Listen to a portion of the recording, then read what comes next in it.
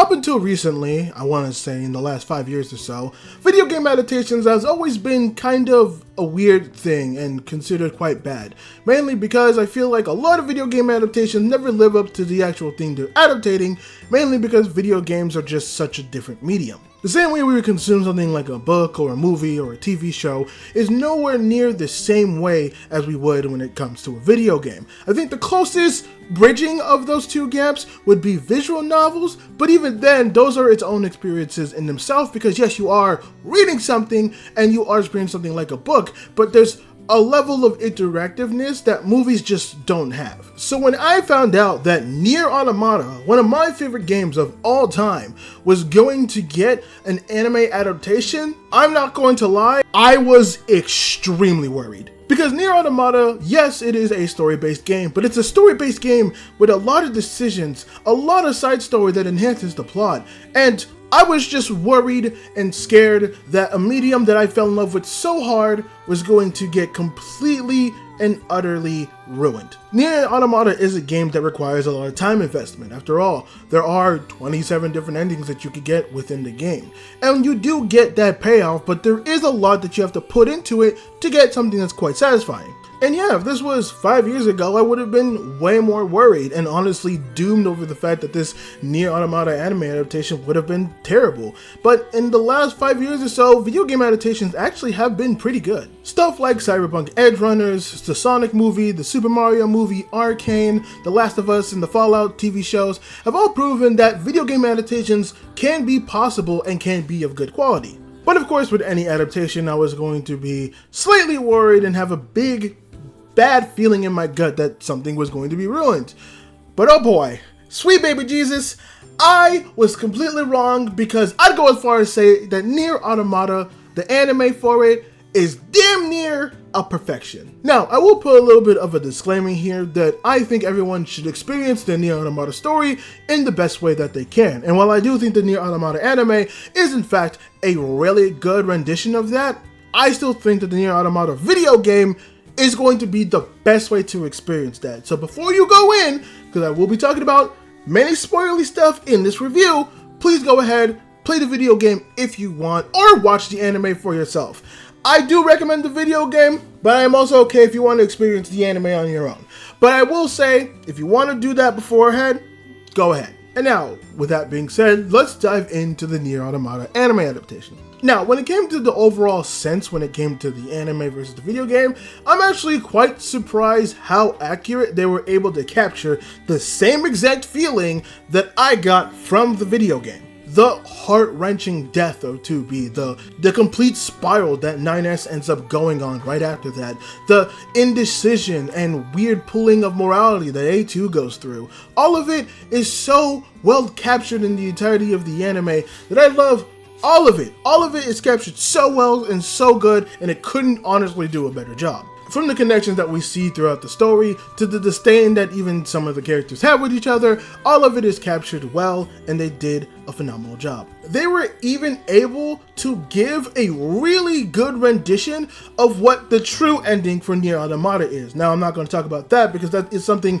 you should experience on your own, but when it came to how they depicted that, I was very worried because that is a very hard thing to do unless you wanted to do it one for one. But the way they depict it here and the way that they depict it like throughout the last episode, so wonderful. I actually couldn't think of anything better, and it captured that same feeling, that same sad but hopeful feeling that I had, which is honestly crazy for me to think about because a lot of what that last ending is requires a lot of that interactiveness, but they did such a good job with it. I keep repeating myself, but I genuinely have no words to describe to you how well they were able to capture a lot of the same emotions that I and a lot of us felt when playing the game. They did in fact catch all those feelings really well. A little too well. A little too well. All the positives that I have for that anime is accurate and it is true.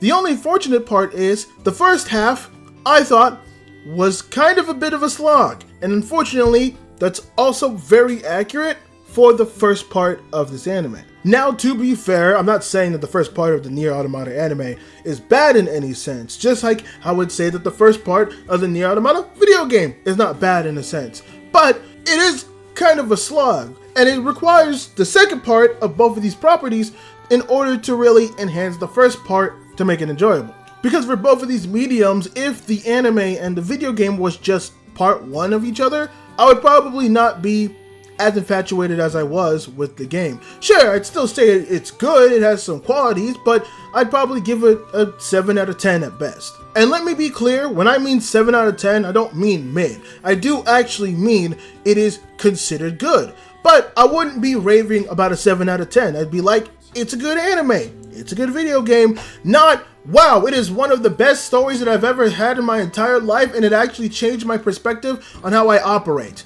That's a 10 out of 10. 7 out of 10s don't do that normally. And I still also look at that as a positive because everything that was in part 1 enhances part 2, and everything in part 2 validates part 1. So if they changed it, I'd be a little bit worried, so I'm glad that they kept the integrity of everything rather than trying to change everything.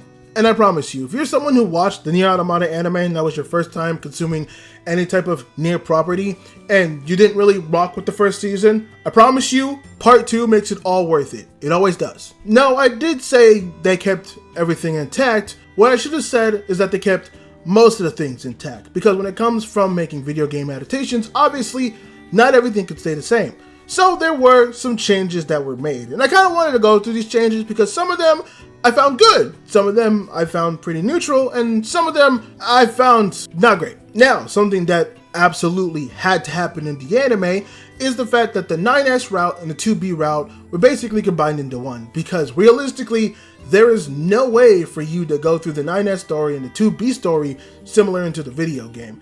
And going through it in the anime, I'm not gonna lie, part of me does kind of wish we got those two mergings together. Part of what makes the video game such a slog to go through in the first part is the fact that you have to do both of the routes at the same time. And the majority of things don't change, but there are key elements to the lore and to the actual story that you learn. But combining both of them actually works phenomenally within the anime. But of course, I will also make, again, this is anime. It has to do this because it's a completely different medium. But I am curious how going through both of their experiences at the same time would have maybe benefited the story. I don't know if I would have the same impact because, like I said before, a lot of the Nier Automata experience is investing a lot of time in it. So, I don't know if combining the two would have gotten the same effect, especially since you go through the whole story and then learn more stuff again as you go. So obviously the playthroughs aren't one for one. But I'd like to see what Yoko Taro would have done if he combined them in the video game. Just kind of a little food for thought type of thing. Now, the only thing that kind of caught me off guard, and to be fair, it's more of a neutral take, so I'm not completely bothered by it, is Adam and Eve's changes. See, when we get to the end of the story in the video game, Adam ends up getting killed by 2B, and Eve is left to grieve upon that, not really understanding the emotion that he's going through, thus he gets completely corrupted and going on a rampage. In the anime though, those roles are switched.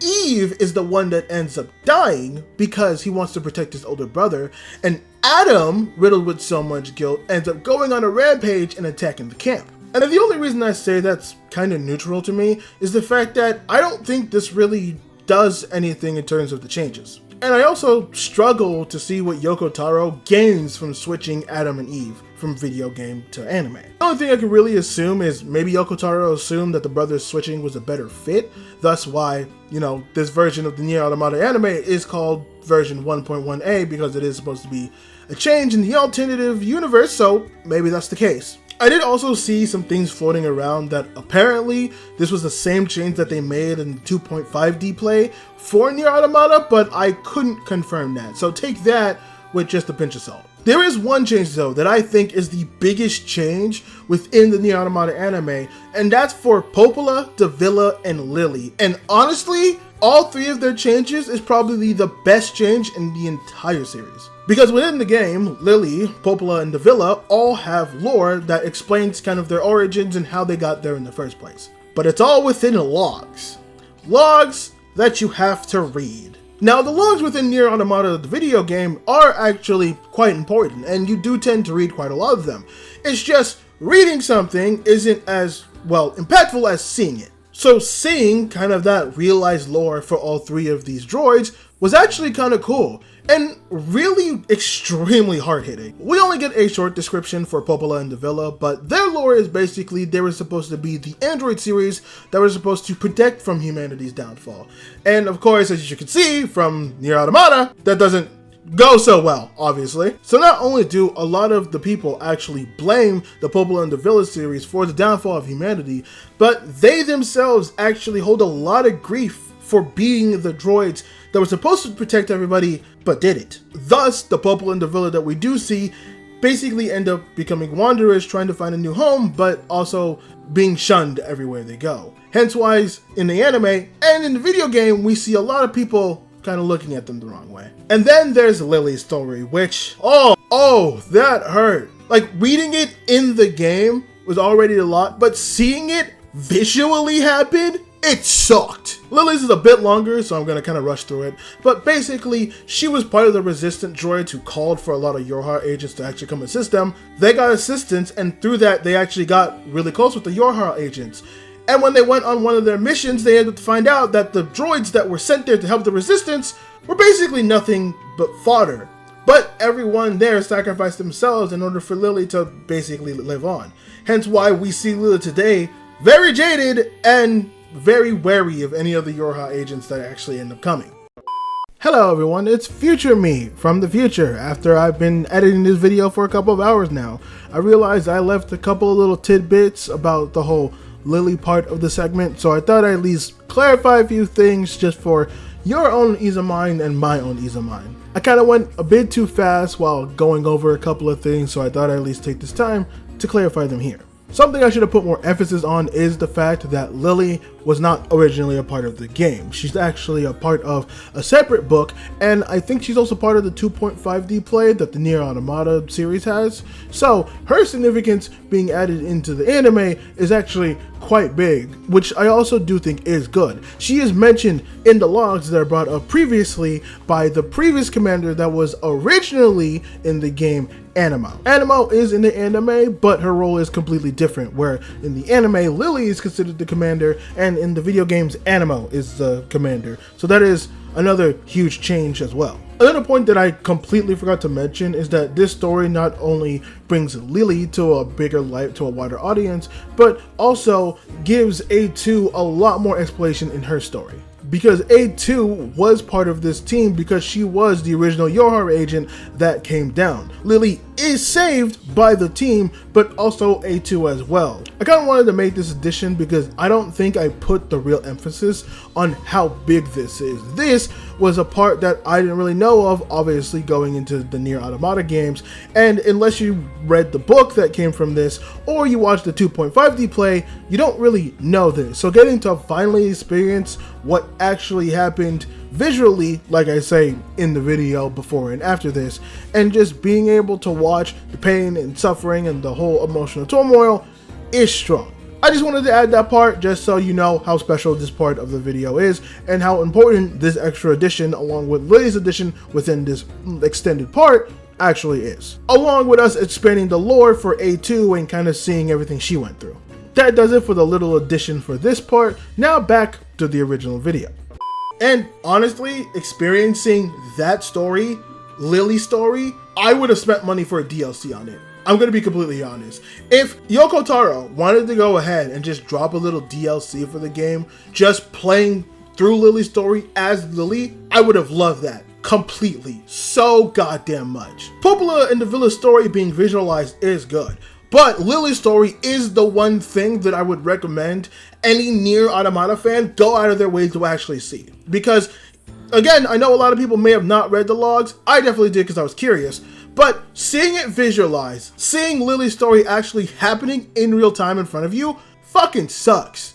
But it also just lends to how cruel that world actually is. Now, I wish I can be as positive when it comes to the changes as Pascal, but I feel like I can't because Pascal feels so different in the anime than he did in the video game. In the game, Pascal is definitely a hardcore pacifist, trying to avoid fights as much as he can in order for the adopted robot children that he has.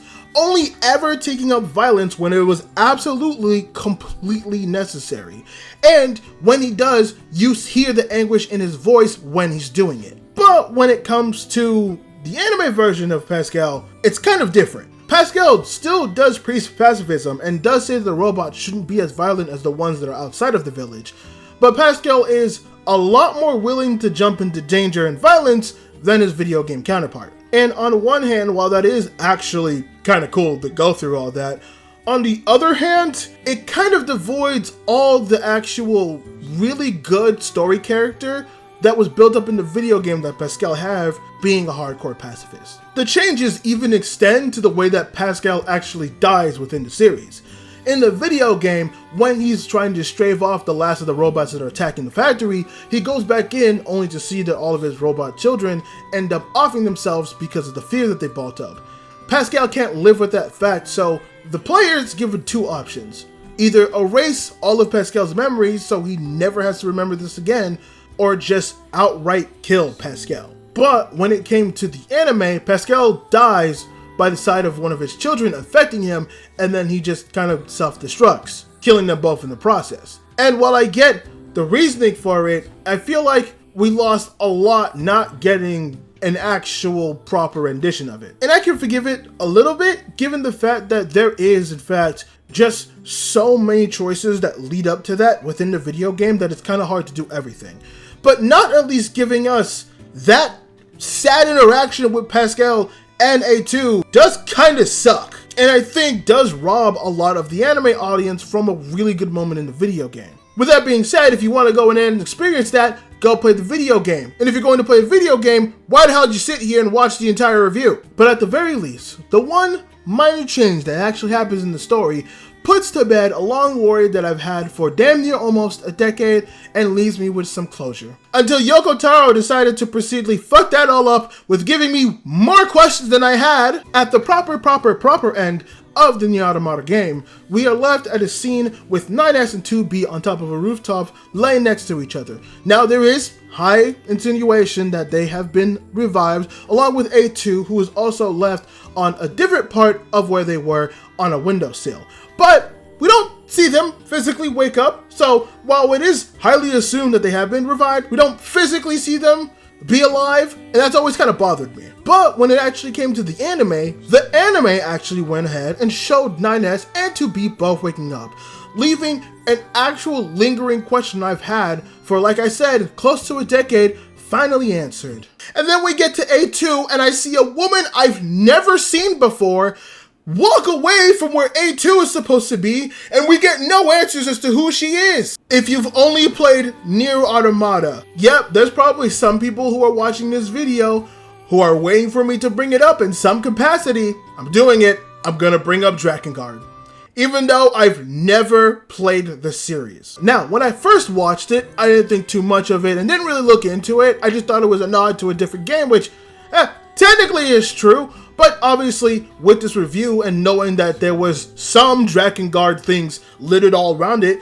especially in Lily's story, I forgot to bring that up in the review, I'm so sorry. But I know if I put out this review, I can't leave that stone unturned. So I went ahead and actually looked up who that person is. And that person apparently is a Cord. Now, if you're a Drakengar fan, do not come and fight me in the comments. I'm going to try to explain this as best as I can, and I don't know if I've done a good job or confirmed it. But if it makes you happier, I am planning to now play the Drakengar series because of this, so just give me this one. Now, from the very little that I actually looked up, a Cord is somebody who's actually supposed to keep the whole timeline, or actually keep something from humanity safe in some regard, and it plays into the Drakengar 3, I think. I'm not 100% sure. All I know is a Cord is extremely important to the series. She's extremely important to both Nier and I think Nier Replicant, and basically confirms that a lot of what happens in Nier Automata is probably her doing as well. Now, how far this actually goes, I have no clue. All I know is now I have to play the Drakengar series in order to understand what the hell that ending was about, which I know is going to send me into a deeper rabbit hole of that entire series, because I know how convoluted the Drakengar series is, and honestly, with everything I'm doing and now putting out weekly reviews, I actually don't have time for that shit, which is why I didn't want to talk about Drakengar in the first place, because I have too much time. Yokotaro, you're fucking with me. Stop! But in any case, Nier Automata is, no pun intended, a near perfect adaptation. It gives fans who are just fans of Nier Automata a really good, accurate representation of what the video game story is. It gives long-standing fans of the series little Easter eggs to enjoy while all of us just Nier Automata fans suffer, and gives new people who want to actually dive into the series a really good starting point. And my hope for this is maybe more of Yoko Taro's projects will actually get anime adaptations. He's shown that his stories can be really good as anime, so maybe we can get more in the future. Hell, maybe we can get something like Nier Replicant in the future. And I'd like to see that someday, because I'd like to avoid playing the Drakengar series. I'm like so gay.